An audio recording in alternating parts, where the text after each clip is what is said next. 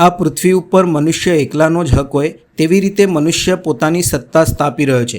વિકાસ કરતો મનુષ્ય પૃથ્વીની અન્ય જીવસૃષ્ટિને વિસરી રહ્યો છે। વન્ય સૃષ્ટિને ખતમ કરીને સિમેન્ટ કોન્ક્રીટના જંગલો બનાવાય છે। પશુઓના નિવાસોમાં મનુષ્ય પોતે પ્રવેશે છે અને જાણે પશુ એમને નડવા આવ્યો હોય તે રીતે પગલાં લે છે, જેમાં મૂક પ્રાણી પશુઓને સહન કરવાનો વારો આવતો હોય છે।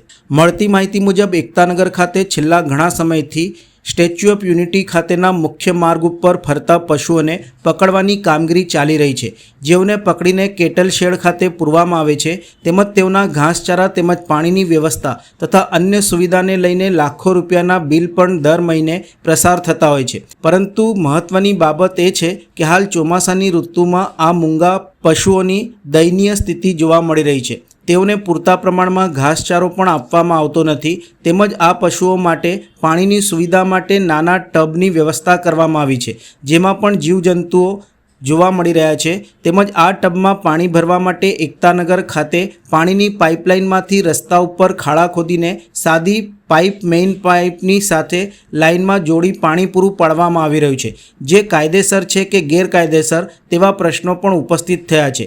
પશુઓને અપાતા પાણી માટે નિગમ કચેરીના પાણી પુરવઠા વિભાગમાંથી એજન્સીએ મંજૂરી લીધેલ છે કે કેમ તે પણ એક તપાસનો વિષય છે।